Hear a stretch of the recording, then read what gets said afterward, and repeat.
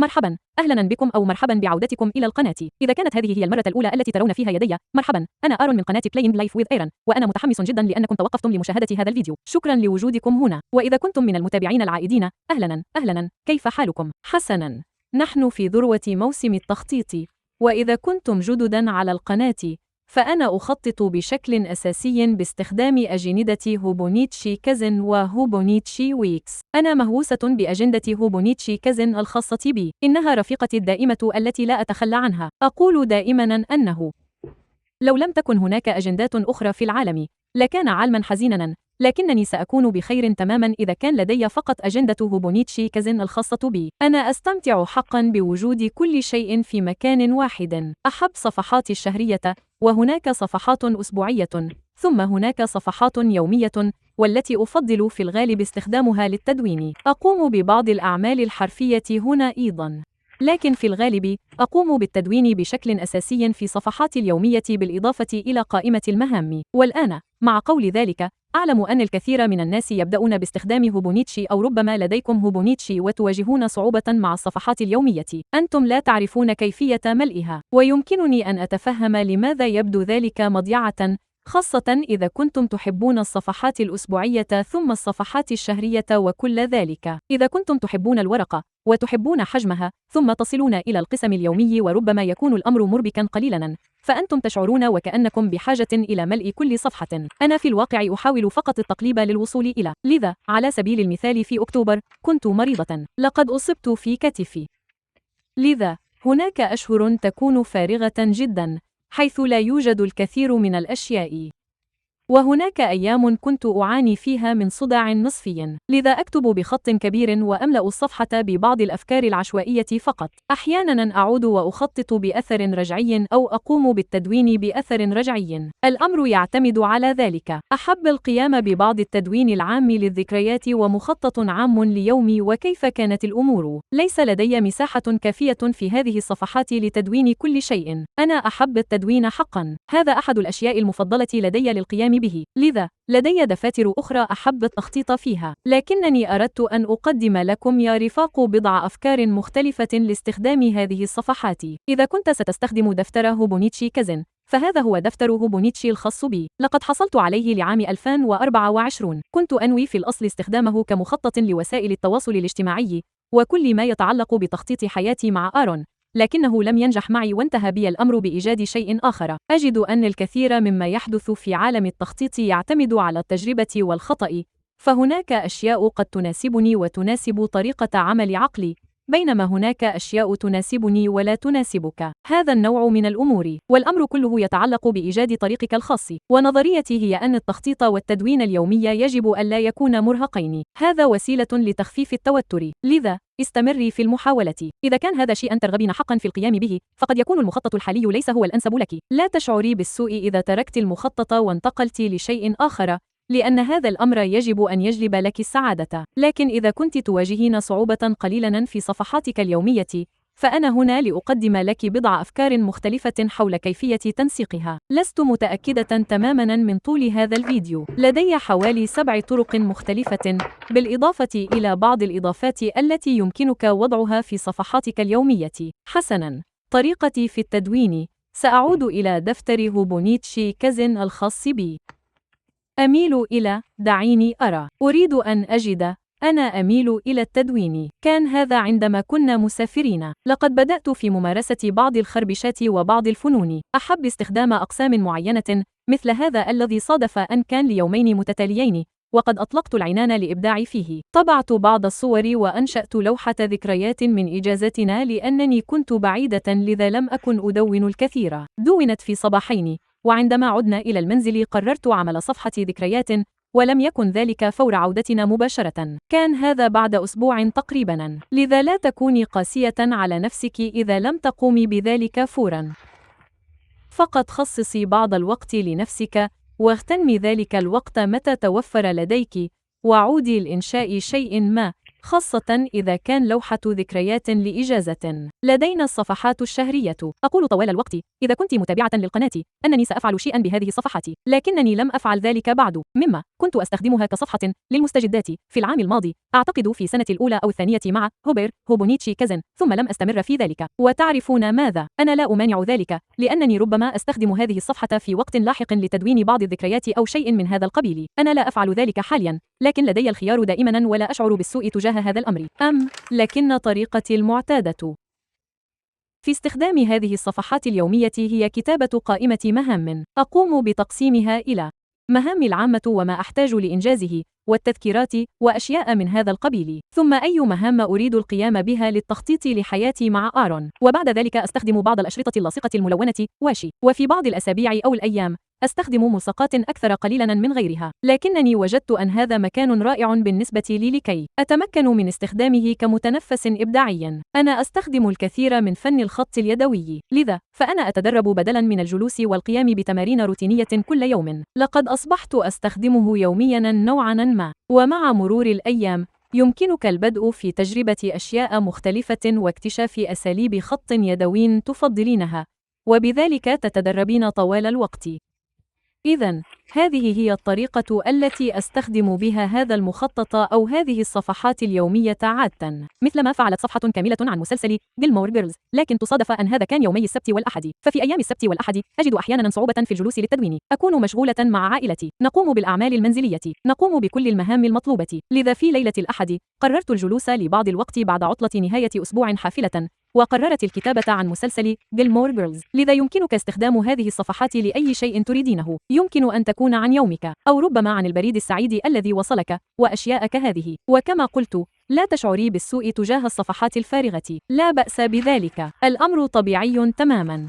حسنا، بعد قول هذا، وعن طريقتي المعتادة في التدوين، أميل إلى التبديل بين أسلوب وآخر. في بعض الأيام أحب أن أحاول إيجاد مثال. الاقتباسات، أبحث عن اقتباس وأضعه في الأعلى، ثم أبدأ في التدوين، وعادة ما يبقى الشريط الجانبي ثابتاً كما هو. فمثلاً، عنوان اليوم كان لا خدعة، فقط حلوى، لأننا نقترب من عيد الهالوين الذي سيحل بعد يومين، لذا اخترت استخدام بعض اقتباسات الهالوين وأشياء من هذا القبيل. هذه هي طريقتي في التدوين اليومي. لكننا سنستعرض بعض الأفكار المختلفة، وسأقوم بإنشاء التصميم بشكل عفوي حتى لا نستهلك الكثير من الوقت ويصبح الفيديو طويلاً جداً. حسناً، إذن طريقتنا الأولى في استخدام الصفحة اليومية. فكرتنا الأولى هي: يمكنك استخدام قلم تومبو أو أي قلم تحديد. يمكنك تخصيص الكثير أو القليل من الوقت لصفحتك اليومية حسب رغبتك في التخطيط. إذا كان لديك المزيد من الوقت في نهاية اليوم، يمكنك دائماً تجهيز مهام اليوم التالي في تلك الليلة. إذا كنت مشغولاً في الصباح وتتنقل بين العمل أو توصيل أطفالك إلى المدرسة، فلا داعي لأن تكون فنياً جداً في التنسيق. طالما أن الصفحة عملية وتستمتع بما تقوم به، فهذا هو الأهم. هل هذا مفهوم؟ يمكنك استخدام الشريط الجانبي كقائمة للمهام. يمكنك كتابة مهام. ومجدداً، يمكنك استخدام أي قلم. يمكنك استخدام قلم تومبو. هذا قلم تومبو فودينوسكي. أنا أتحسن في نطقه يا رفاق. لقد حاولت نطق هذه الكلمة لسنوات تقريباً. هذا النوع ذو رأس صلب. أعتقد أن هذا هو الرأس الصلب. أقوم بهذا دائماً. هذا رأس صلب. لا بد أن يكون كذلك. هذا هو الوحيد الذي أستخدمه. نعم، إنه رأس صلب. أجد أنه من الجيد أن يكون قسم المهام بارزاً قليلاً. يمكنك دائماً استخدام قلم تحديد مثل تومبو أو كرايولا. يمكنك استخدام أي نوع من أقلام التحديد تفضله، ويمكنك ببساطة رسم خط للتضليل. يمكنك استخدام تومبو فوقه. يمكنك استخدام قلم عادي وكتابة اليوم إذا أردت إضافة لمسة من الألوان إلى الصفحة. ثم يمكنك ملء قائمة مهامك. الآن في صفحات هوبونيتشي اليومية هناك تقسيم زمني هنا. لديك من الساعة 6 صباحاً حتى 3 بعد الظهر. يمكنك استخدامه لتنظيم الوقت. أنا أكتفي بإنشاء قائمة ثم أضع علامة عليها عند الإنجاز. في الأعلى هناك 5 مربعات اختيار، لذا يمكنك استخدامها لأهم 5 مهام. أحياناً أحب حصرها في أهم 3 مهام يجب إنجازها اليوم بدون تضييع للوقت. يمكنك دائماً كتابة أهم 3 أشياء تريد إنجازها في الأعلى، كأن يكون لديك موعد مع الطبيب أو غسيل ملابس أو مكالمات هاتفية. بإمكانك ببساطة ملء هذا الجزء في الأعلى. ومرة أخرى، يمكنك أن تكون عفوياً، يمكنك فعل ما يحلو لك، يمكنك أن تكون مبدعاً للغاية في ذلك، يمكنك اختيار اقتباس وإضافته هنا. أسمع كثيراً من الناس أنهم يجدون صعوبة في ملء الصفحة، لذا كما قلت يمكنك استخدام هذا القسم لأهم 3 مهام لديك، ثم يمكنك إضافة بعض الأشرطة اللاصقة المزخرفة واشي إذا أردت. دعني أحضر شيئاً ما. يمكنك استخدام شريط واشي لتحديد صفحاتك أو أقسامك، ثم ضع قطعة منه وألصقها. وهناك خط هنا يصل فقط إلى هذا الحد تقريباً. يمكنك رسم خط بالطريقة التي تريدها لتنسيق الصفحة. فلنضع هذا الشريط إذا استطعت تثبيته. لنقم بهذا. لنقطعه. لا يجب أن يكون مثالياً، أليس كذلك؟ أعرف أن الكثيرين يشعرون بالتوتر مع موسم التخطيط وبدء دفاترهم الجديدة، خوفاً من ارتكاب الأخطاء. لا يمكنك إفساد الأمر، إنه دفتر تخطيطك الخاص. تلك هي نظريتي. لا وجود للكمال عندما يتعلق الأمر بالتخطيط. لا تجهد نفسك بشأن التخطيط أو التدوين أو كل تلك الأمور. حسناً، الآن يمكنك إضافة اقتباس. ربما يكون اقتباس اليوم هو إمم. إنه يوم جيد.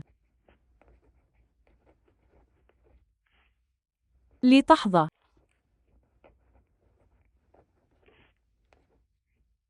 بيوم جيد. والآن لديك اقتباس. ثم يمكنك الانتقال إلى أسئلة التدوين. يمكنك البحث سريعاً على هاتفك عن سؤال تدوين لليوم، ويمكنك كتابته. لديك سؤالك. لنرى. يمكن أن يكون أي شيء. أو في يوم ما. ماذا؟ أو من ستكون.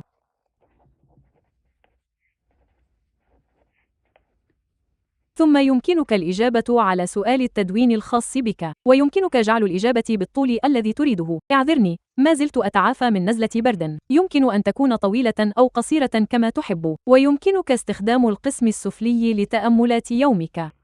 بإمكانك تقسيمه مرة أخرى إذا أردت بخط أو بشريط واشين، كيفما تحب تنسيق صفحتك. إنها صفحاتك الخاصة. يمكنك فعل ما تشاء. ويمكنك الكتابة باء. لنرى. يمكنك استخدام قلم عريض مرة أخرى إذا أردت. ثم فقط اكتبي يومي. وبعد ذلك يمكنك إضافة تأملاتك. ويمكنك كتابة نبذة قصيرة عن يومك، وقبل أن تدرك ذلك، ستجد أنك ملأت صفحة كاملة. ومجددا، لا تخف من الكتابة بخط كبير، أو إضافة الألوان، أو وضع الملصقات على صفحتك لملئها. إذا شعرت مثلا أنك تكتب شيئا صغيرا جدا وتشعر بأنك تهدر مساحة الصفحة، يمكنك ملؤها بالملصقات والكتابة بخط أكبر وأشياء من هذا القبيل. حسنا، هذا سيكون مثالا واحدا على شيء يمكنك القيام به. مثال ثان يمكن أن يكون البدء بقائمة مهام مرة أخرى. هذا شيء أجده طريقة جيدة لملء بعض المساحة ورؤية ما يجب إنجازه بوضوح. أقوم بنقل ما أحتاجه من صفحتي الأسبوعية، ومن ثم أضعه هنا. وأحيانا يبدو الأمر مختلفا، فقد أكون قد كتبت بعض الأشياء بالفعل، ثم تظهر أمور أخرى مثل أن أتذكر أن علي فعل شيء للأطفال أو توقيع ورقة للمدرسة، فأضيفها إلى القائمة. غالبا ما أتفقد هذه القائمة في الصباح قليلا، وأحيانا في فترة بعد الظهر إذا سنحت لي الفرصة، وبعد العشاء عندما يهدأ الأطفال وأكون قد انتهيت من الاستحمام وكل ذلك. أعود وأتفقد القائمة للتأكد من أنني أنجزت كل شيء. والآن يمكنك أخذ هذا، ويمكنك مجددا إضافة اقتباس في الأعلى، أو يمكنك أن تكون مبدعا وتستخدم بعض شريط الواشي. يمكنك تخصيص قسماً للصباح، وستكتب فيه عن صباحك، ربما كيف تشعر، وكيف يسير يومك حتى الآن، وأشياء من هذا القبيل. أحاول العثور على بعض ملصقات الواشي، أو دعنا نرى ماذا لدينا هنا. يمكنني أن أكون مبدعة. هل لدي أي منها هنا؟ أحاول العثور على ملصقات مقصوصة مسبقاً حتى لا أضطر لقصها. ها قد وجدتها. لا أريد قص أي شيء الآن. حسناً. يمكنك أخذ شيء مثل هذه كلها من متجر أشرطة الواشي. هذه رائعة حقاً. إنها ملصقات مقصوصة مسبقاً، ويمكنك فقط إضافة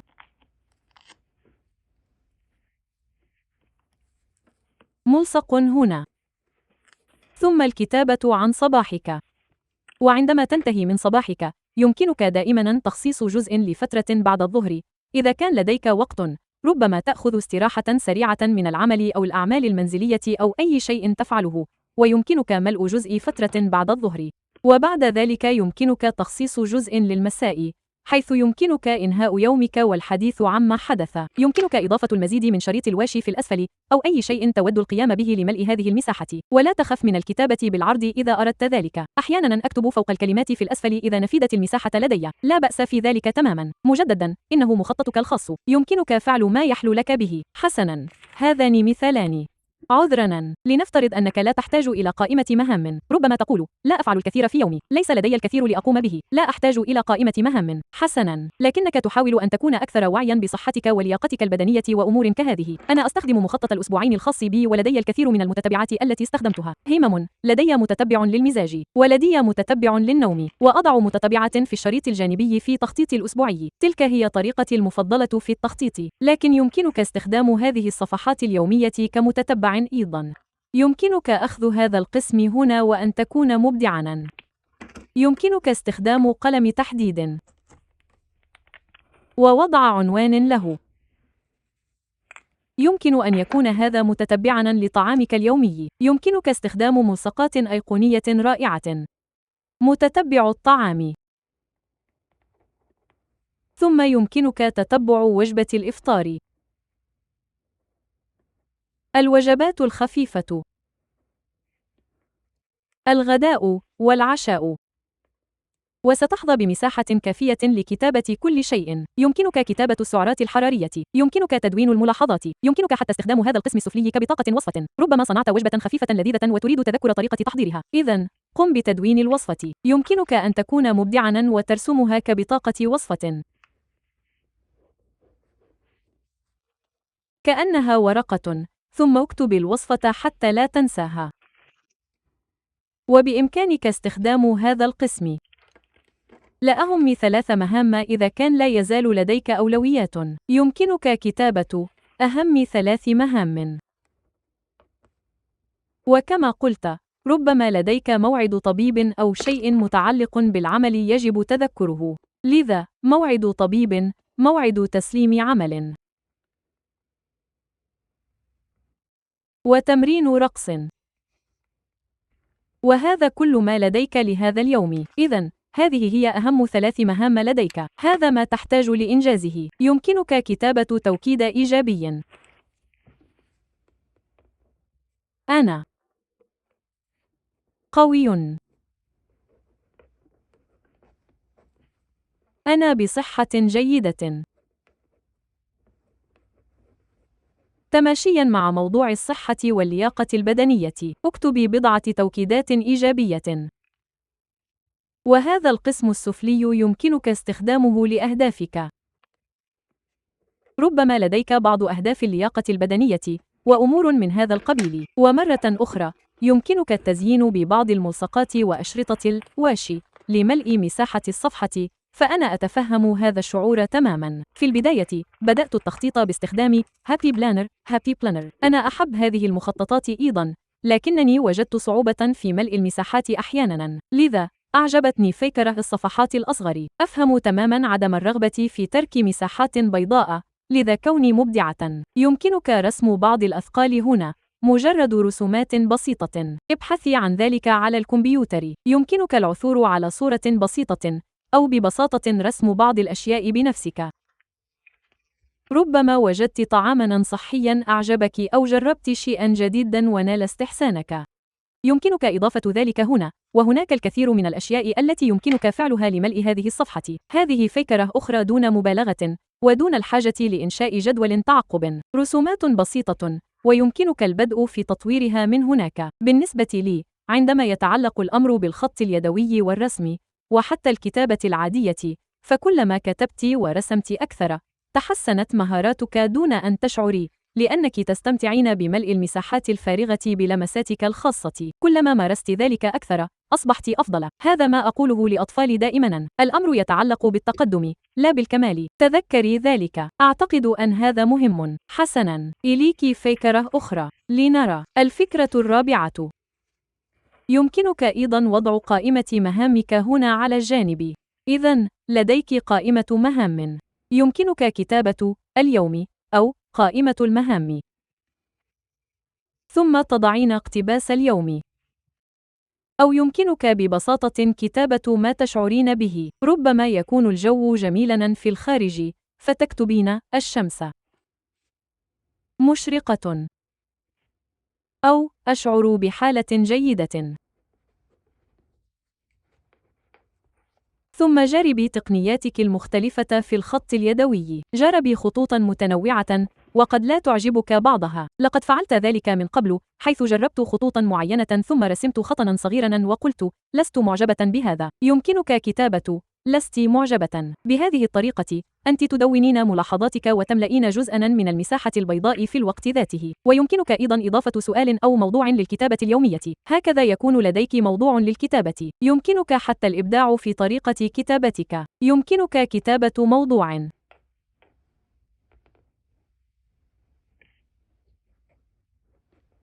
لليوميات، ثم ملأ هذا بسؤالك، وبعدها يمكنك الحصول على إجابتك. ويمكنك استخدام هذا الجزء السفلي. مرة أخرى، يمكنك استخدام بعض الأشرطة اللاصقة الملونة لتقسيمه. يمكنك استخدام قلم رصاص. ليس عليك استخدام أي شيء، ويمكنك فعل شيء كهذا. ثم أرسم شيئاً بسيطاً. مثلاً يمكنك رسم شمس لتعبر عن مدى جمال الطقس في الخارج. يمكنك استخدام قلم رصاص ثم التحديد فوقه بقلم تحديد أسود أو قلم حبر أسود. ربما ذهبت إلى المتجر واشتريت بعض البقالة.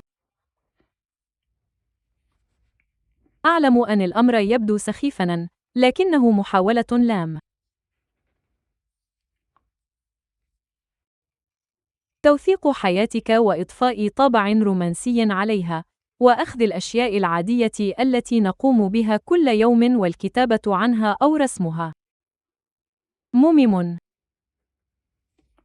أحاول التفكير في أشياء أخرى. يمكنني رسم جزرة وإضافة بعض التفاصيل. ثم يمكنك كتابة نبذة قصيرة مثل أشياء اشتريتها. جزر. كما تعلمين، أياً كان ما اشتريته، ثم تقومين فقط بعمل قائمتك الصغيرة. لكن الهدف هو إضفاء الرومانسية على حياتك، وأخذ الأشياء العادية التي تفعلينها كل يوم. أعني، أنا أم لطفلين. لقد كنت أماً ربة منزل لمدة 12 عاماً حتى الآن. ابني الأكبر، ويستون، يبلغ من العمر 12 عاماً، وهو على طيف التوحد، وهو مصاب بالتوحد. ولدي ابنتي الجميلة سبنسر البالغة من العمر 10 سنوات، وكان الكثير من أيامي أقضيها في المنزل. لقد مررنا بالتعلم عن بعد، وحدث الوباء. كنت في المنزل كثيراً. كانت هناك الكثير من الأشياء التي كنت أقوم بها والتي لم تكن براقة جداً، لكن منذ انضمامي لمجتمع هوبونيتشي ومجتمع المنظمين وما شابه ذلك وتدوين اليوميات، وجدت السعادة مجددا. فقد كنت أمارس هواية سجل القصاصات وتدوين اليوميات كثيرا في سن المراهقة وأوائل العشرينيات، قبل الأمومة والزواج وكل تلك الأمور، وقبل أن أضع نفسي في المرتبة الثانية. لكنني وجدت أن مجرد تدوين اليوميات عن طريق رسم صورة لمضارب البولينج والحديث عن ذهابي للعب البولينج هي طريقة رائعة لتوثيق شيء ما دون الحاجة إلى التعمق كثيرا فيما فعلته. الذهاب لشراء القهوة، الذهاب إلى المتجر، ربما القيام بنزهة في الخارج ورسم شمس، أو ربما التقاط صورة سريعة لبعض الزهور ثم رسم تلك الزهور. ممم. أشياء صغيرة كهذه والاحتفاظ بها في يومياتك، إنها ترسم البسمة على وجهك عندما تعود إليها. لذا، لا يتعلق الأمر دائما بالكتابة فقط. يمكنك رسم بعض الخربشات ثم كتابة ملاحظات قصيرة عما حصلت عليه أو صنعته أو فعلته، وهكذا. حسناً. هناك طريقة خامسة يمكنك جعل الأمر بسيطاً جداً. مرة أخرى، يمكنك وضع قائمة مهامك هنا. ثم يمكنك إضافة اقتباس. سنعتمد هذا. ما هو الاقتباس الجيد الذي يمكنك استخدامه؟ دعنا نرى. أحاول التفكير في اقتباس جيد. لا أعرف حتى. سنكتب لا أعرف. هاتفي ليس بيدي الآن، لذا يمكننا ببساطة كتابة يوم جيد لقضاء يوم جيد مرة أخرى.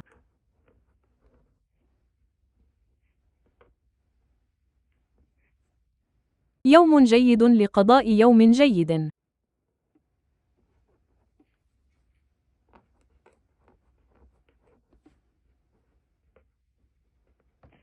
ويمكنك إضافة بعض الملصقات.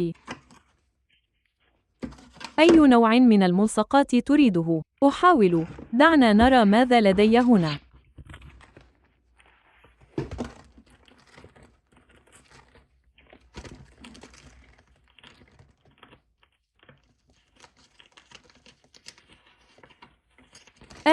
يمكنك حتى استخدام ملصقات الاقتباس أيضاً. في الأعلى، لدي الكثير من هذه الملصقات من متجر واشيتيب التي أحبها حقاً، ويمكنك لصق بعضها هنا. يمكنك تخصيص صفحة كاملة للملصقات فقط لتصف ما فعلته خلال اليوم. أنا أحب كوفي مونستر كو. وأحياناً إذا كنت في إجازة أو إذا كانت عطلة نهاية أسبوع مزدحمة، آخذ مجموعة من الرموز التعبيرية وأضعها وأكتب ما فعلته، مثل غسل الملابس، وأجعل الأمر ممتعاً. مرة أخرى، يمكن لقوائم الأعمال المنزلية أن تكون ممتعة وتجلب لك السعادة رغم معرفتك بأنها واجبات وما إلى ذلك.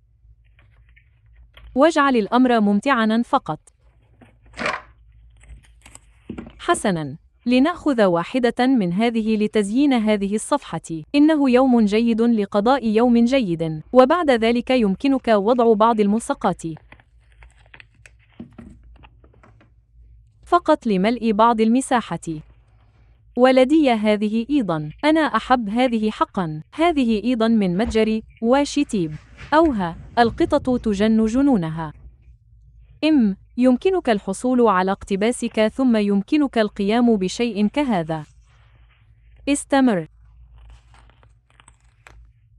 ومجرد لصق ذلك هنا، ربما لديك بعض الأهداف، لذا يمكنك تدوين أهدافك هنا. يمكنك تخصيص قسم للامتنان ويمكنك كتابة الامتنان. لقد أخطأت تماماً في تهجئتها. لا بأس.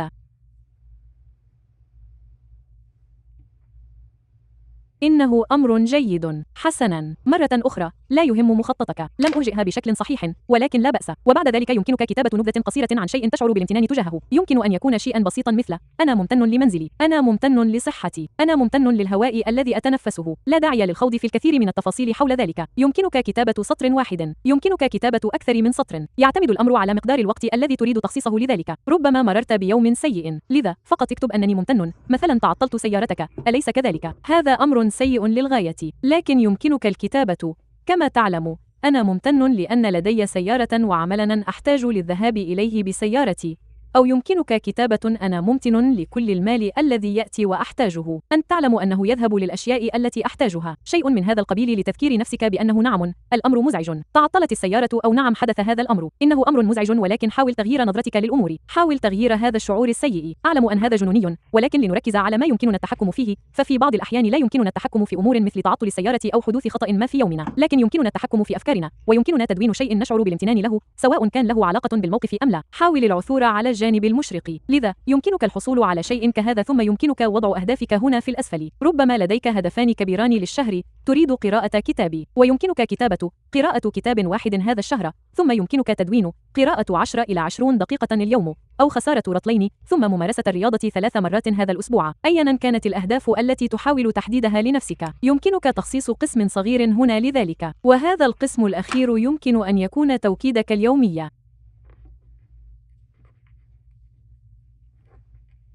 التوكيدات، ثم اكتب بعض التوكيدات هنا لنفسك. ومرة أخرى يمكنك البدء باستخدام بعض هذه الملصقات ووضعها لملء بعض المساحات الفارغة. يمكنك استخدام ملصق كهذا، هذا يقول: كن ممتننا لا حاقدا. ومرة أخرى فقط املأ ما تحتاج إليه. فيما سنستخدم هذه طريقة أخرى لملء مساحة صفحتك اليومية. حسناً، الآن لدي 1/6. هذه لست متأكدة ما إذا كنت ستود استخدامها كل يوم. كنت أفكر في الأمر. أعتقد أن الأمر يعتمد على مدى سرعة وتيرة حياتك. لذا دعونا نحاول العثور على شيء لنكون أحب هذا. أنا أحب هذه الملصقات، لم أستخدمها منذ فترة. لذا يمكنك وضع شيء هنا، ويمكنك جعل هذا قسماً لام الحالي. يمكنك كتابة حالياً.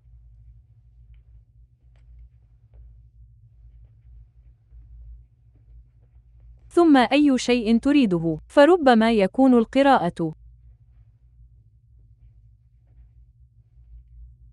الاستماع،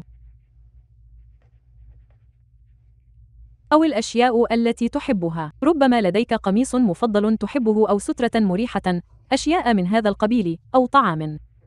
ويمكنك فقط اختيار بعضها ثم الكتابة، أو يمكنك استخدام ملصقات، أو أيقونات، أو رموز تعبيرية. يمكنك استخدام ما تريد لملئه، ويمكنك وضع صورة كتاب وتكتب ما تقرأه، أو وضع سماعات وتكتب ما تستمع إليه. ربما لديك أغنية مفضلة مثلي وتستمع إليها 5000 مرة، خاصة عندما تكون وحدك في السيارة ولا أحد يشتكي. وأنت تحبها فقط، وهي بمثابة حلوى لعقلك، وهذا ما تكتب عنه أو ما تستمع إليه. إذن هذا شيء أنت تستمع إليه حالياً. حسناً، وبعد ذلك يمكننا أن أحاول النظر إلى اقتباسات هنا أيضاً. يمكنك استخدام هذا القسم مجدداً لأهم 3 أشياء، فيمكنك كتابة 3 أشياء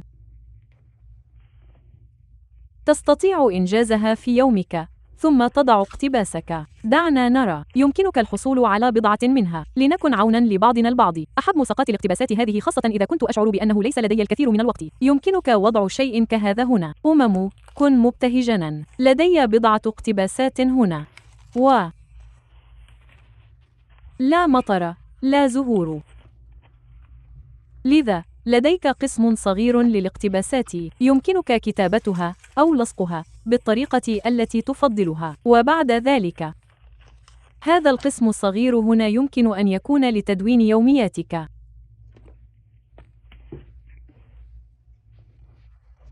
ويمكنك البدء أما دعنا نرى. يوم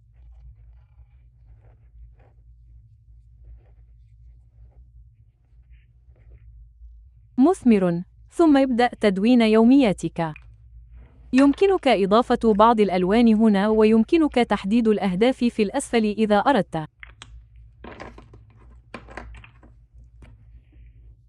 يمكنك كتابة أهداف،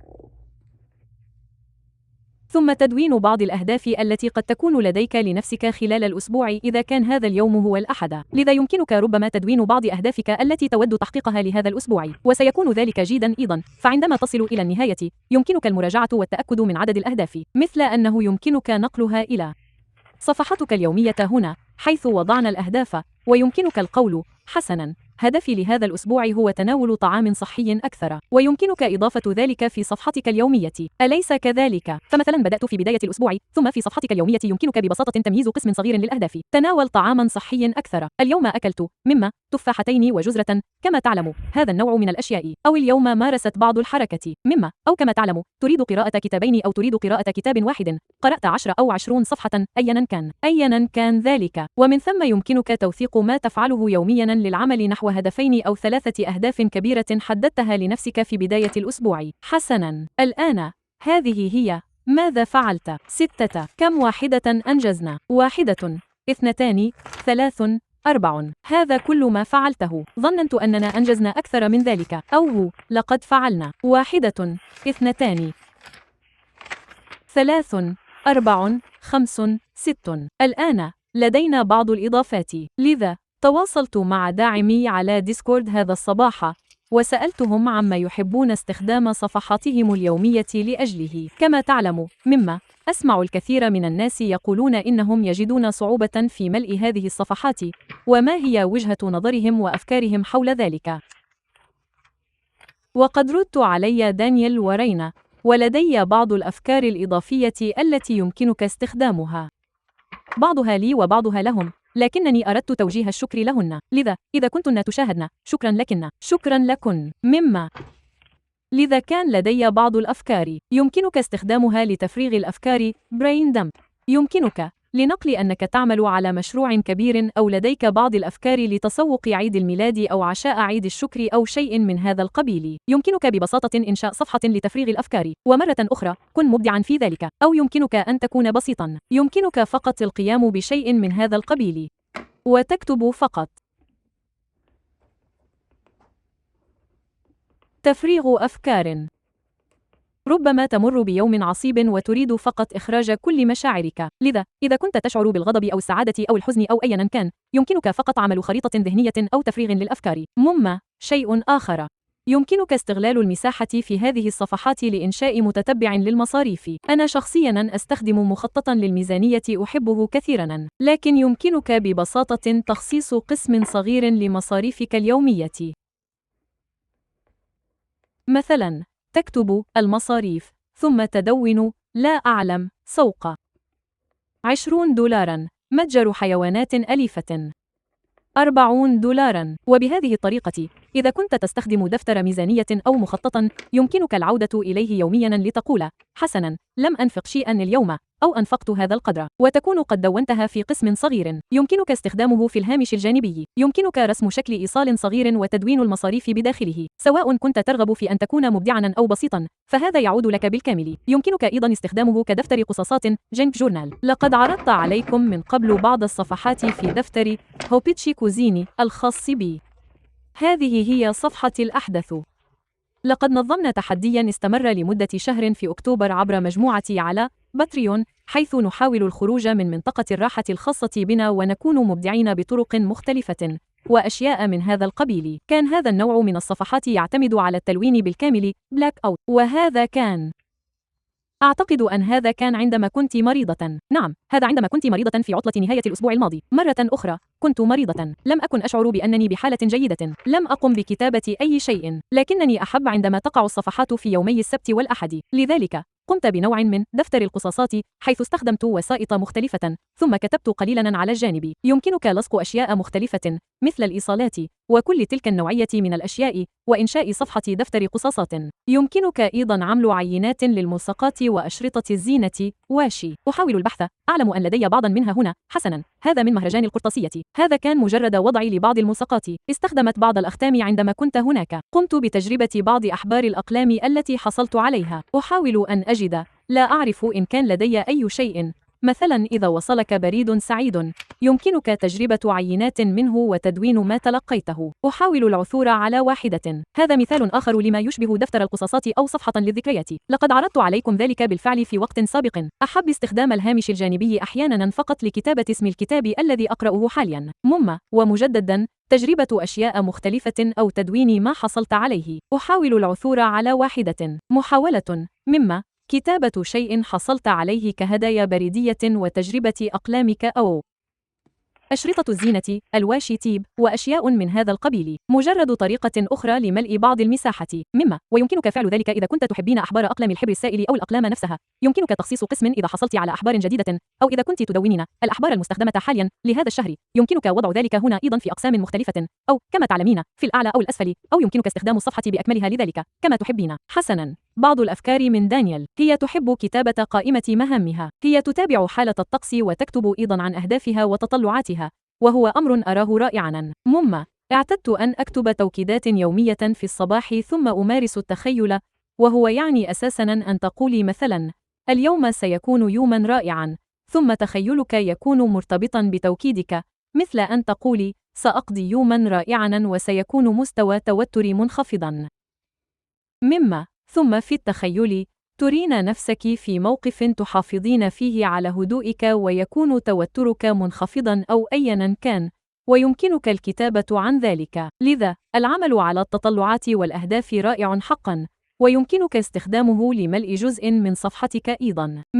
رينا قالت إنها تستخدم في بداية العام، وهو ما وجدته فكرة رائعة جداً. لديك بضع صفحات فارغة، ثم تأتي صفحة الشهر الخاصة بك. لذا هي تستخدم هذا القسم كمرجع لأرقام الهواتف ومعلومات السيارة وما تحتاج لإنجازه، ربما تغيير الفرامل أو الزيت وأشياء كهذه. قائمة كتبها وقائمة أمنياتها، وأعتقد أن ذلك رائع. أحببت ذلك كثيرا. شكرا لك على هذه الفكرة يا رينا. أنا أو رينا، أنا عادة أستخدم هذه الصفحة كلوحة رؤية للعام، لكنني أحببت فكرة تدوين الأشياء، خاصة أن لدي قائمة لمتابعة الكتب. لم أفكر أبدا في وضعها هنا، أميل لوضعها في الخلف، لذا أعتقد أنها فكرة جيدة أيضا. ومثل قائمة الأمنيات، أشياء مختلفة قد ترغبين بها طوال العام يمكنك توثيقها. أعرف بالنسبة لي أحصل كثيرا على سؤال من زوجي: ماذا تريدين لعيد ميلادك؟ ماذا تريدين لعيد الميلاد؟ وأحيانا أقول: لا أعلم، لأنني أحيانا أجد أشياء لكنني لا أدونها، لذا أعتقد أنه من الجيد تخصيص مكان لها. هذا استخدام رائع لهذه الصفحات في بداية القسم اليومي. وأيضا عندما تستخدم صفحاتها اليومية، فهي تستخدمها للتدوين. إذا كانت تقرأ كتاباً، فستسجل ملاحظات عنه.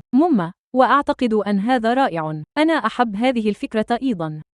أنا أفضل وجود أشياء منفصلة في الوقت الحالي، لذا بالنسبة لعام 2025 لم أجهز قائمتي بعد، لأنني لا أزال أنتظر بعض الأشياء، لكنني أفكر في فكرة الحصول على مفكرة للوسائط، ولكن لأنني أستخدم مفكرة هوبونيتشي طوال الوقت كل يوم أكثر من مفكراتي ومخططاتي الأخرى، أميل إلى تسجيل أشياء مختلفة، كتب أقرأها، برنامج أعجبني، أفلام شاهدناها مع الأطفال.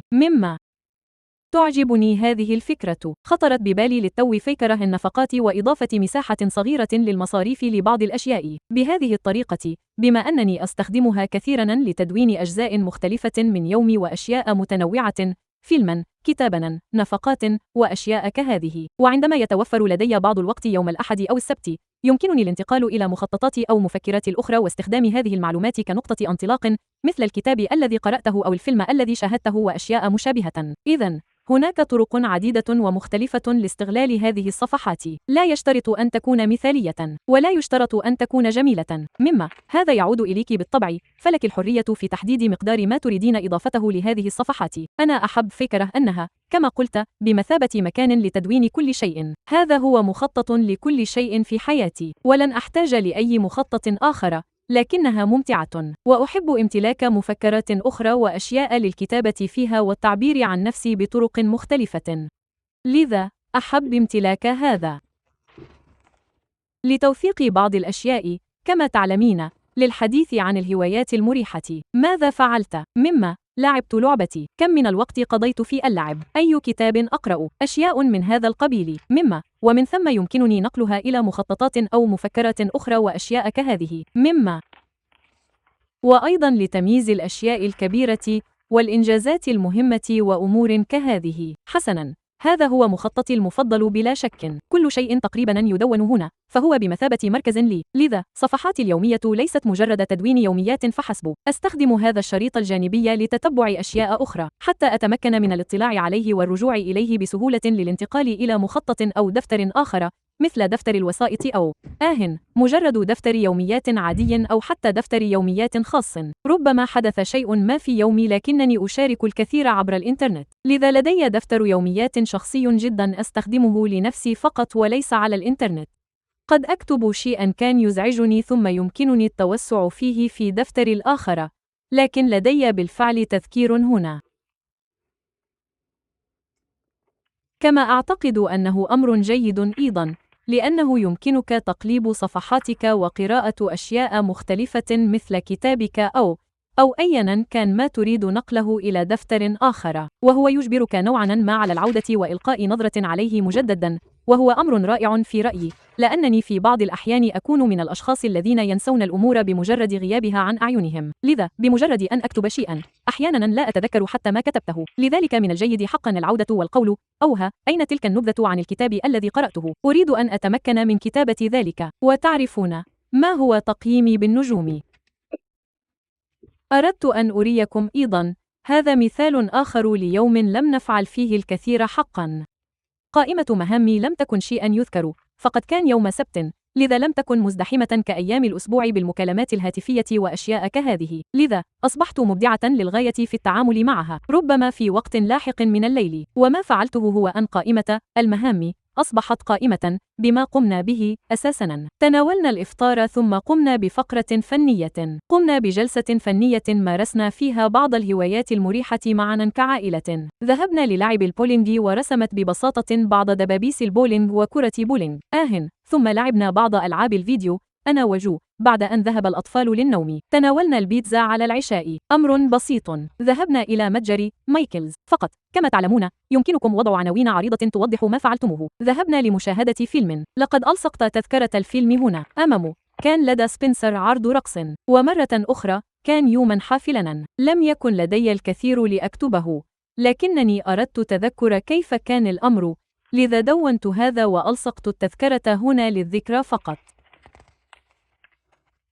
وهذا كما ترون هو فصل الصيف، لذا فنحن لا نفعل الكثير في الصيف، لذا في بعض الأيام أكتفي بوضع ملصقات لأشياء قمنا بها مثل الذهاب للسباحة أو غير ذلك. وهناك أيضا العطلات كما تعلمون، في بعض الأحيان لا تتاح لي فرصة الكتابة في مذكراتي، وهذا أمر طبيعي. انظروا، كانت لدي نوايا حسنة، ربما بدأت الكتابة في الصباح ثم لم تسمح لي الفرصة للعودة إليها، وهذا لا بأس به. وفي بعض الأحيان أحب رسم رسومات وتخطيطات كبيرة، وبهذه الطريقة أشغل المساحة. هذا تصميم جيد بالملصقات حيث أضفت الكثير منها وأنا أجرب بعض الكتابة اليدوية والخطوط المختلفة. إذن آمل أن يكون هذا الفيديو قد ألهمكم قليلاً وأعطاكم بعض الأفكار حول كيفية استخدام هذه الصفحات اليومية دون الشعور بالإرهاق بسبب كثرة المساحة المتاحة. على الرغم من أن هذا الحجم هو A5، إلا أن هناك إصداراً بحجم A6 أجد أن المساحة فيه لا تكفيني، كما أن إصدار A6 لا يحتوي على القسم الأسبوعي. لديهم ملحق إضافي لكنه صغير جداً، ربما أجربه هذا العام، فأنا لا أمانع الأحجام الصغيرة. خط يدي، لدي القدرة على الكتابة بخط صغير جدا، لذا قد أجربه، لكن جزء المذكرات الفعلي فيه ليس كبيرا بما يكفي بالنسبة لي. نعم، إذن سنستعرض بعض هذه الأمور مرة أخرى، وآمل حقا أن تكونوا قد استفدتم، حصلتم على بعض الإلهام. يرجى إخباري بذلك في التعليقات أدناه. أحب أن أسمع آراءكم، وأيضا إذا كنتم مهتمين بالمزيد من الفيديوهات كهذه إلى جانب تنسيقات المخططات والقوائم وما شابه، وفتح الصناديق وملصقات هوبونيتشي، وكل ما يتعلق بالأدوات المكتبية، تفضلوا بالاشتراك في القناة، ولا تنسوا تفعيل جرس التنبيهات ليصلكم إشعار بكل ما هو جديد. وإذا أعجبكم هذا الفيديو أو أي فيديو آخر على القناة، فلا تترددوا في الضغط على زر الإعجاب، وأنا بالتأكيد بانتظار سماع آرائكم. إذا كانت هناك مقاطع فيديو معينة تبحثون عنها ولا تجدونها، يرجى إخباري في التعليقات بالأسفل، وسأبذل قصارى جهدي لأرى ما إذا كان بإمكاني إنشاؤها لكم وكل تلك الأمور الجيدة. حسناً، لدينا هذا التخطيط، أنا حتى لا أعرف ماذا أسميها، يجب أن نطلق عليها اسماً ما. ثم لديكم جلسات التدوين الخاصة بالصباح وبعد الظهر والمساء. لديكم، أعتقد أن هذه ستكون صفحة تتبع الصحة. ومرة أخرى يمكنكم استخدام مزيج من كل هذه، مثل أن يمكنكم فعل هذا في يوم وهذا في اليوم التالي. لا يجب أن يكون الأمر كله مخصصا لتتبع الصحة أو التوكيدات وأشياء من هذا القبيل. ثم لدينا هذا مع بعض الرسومات وقسم اليوم وقائمة مهام وموضوع للتدوين واقتباس في الأعلى. ثم لدينا بعض توكيدات الامتنان وأهداف قائمة المهام وأشياء كهذه. ثم لدينا بعض هذه الصفحات مع صفحة الحالة الحالية على الجانب. أهم 3 أشياء للقيام بها وبعض الاقتباسات، ثم بعض التدوين وقسم للأهداف. وبالطبع هنا لدينا قسم لتفريغ الأفكار. لدينا المصاريف وأشياء مختلفة يمكننا استخدامها مثل تدوين القصاصات واختبارات ملصقات الواشي ورسائل البريد السعيدة وأشياء من هذا القبيل. حسناً، أعتقد أن هذا كل شيء. آمل حقاً أن يكون هذا الفيديو مفيداً لكم. إذا كان كذلك، يرجى المضي قدماً ومنحه إعجاباً، لأنني كما قلت من قبل، هذا يساعد القناة حقاً ونحن نقدر ذلك كثيراً. أي أسئلة أو أي شيء من هذا القبيل، لا تتردد دائماً في ترك تعليق في الأسفل وسأبذل قصارى جهدي للإجابة. أميل إلى التواجد قليلاً بعد نشر مقطع فيديو، لذا إذا قمتم بالتعليق على الفور فأنا غالباً موجودة ومستعدة للرد. يمكنكم أيضاً العثور علي على إنستغرام Planning Life with Aaron. نحن نقضي وقتنا ممتعا هناك. يمكنكم إرسال رسالة مباشرة لي إذا كان لديكم أي أسئلة أو أي شيء ترغبون في الحديث عنه. لذا وأيضا قمت بوضع روابط لكل شيء في الأسفل، لكن لدي أيضا حساب باتريون، ونحن نقضي وقتنا ممتعا هناك. أود حقا انضمامكم إلينا هناك مع مجتمعنا. أنا أحب هذا المجتمع الصغير الذي نبنيه، إنه رائع جدا، وأنا أحب أنني أستطيع مشاركة الأفكار معهم والحصول على بعض الملاحظات. لذا إنه أمر رائع حقا، لكن كل شيء سيكون موجودا بروابط في الوصف بالأسفل، لذا تأكدي من الاطلاع على صندوق الوصف. لدي أيضا بعض الروابط لمتجر أشرطة الزينة واشي، وقد استخدمت بعضا منها في هذه الأمثلة. أعرف ماذا أسميها. مجددا، المهم التقدم وليس الكمال. إذا كنت تبحث عن الكمال، فهذه القناة ليست لك. نحن لا نعمل بهذه الطريقة هنا. حسنا، إذا بقيت معي كل هذا الوقت فأنا أقدر ذلك. أعرف أننا جميعا مشغولون، لذا شكرا لك. شكرا لك. آمل أن تكون قد استفدت من هذا الفيديو ووجدت فيه الإلهام. أرجو منك مجددا إخباري في التعليقات بالأسفل. وحتى ألقاك مرة أخرى، أتمنى لك أسبوعا جميلا وواصل التخطيط. وداعا.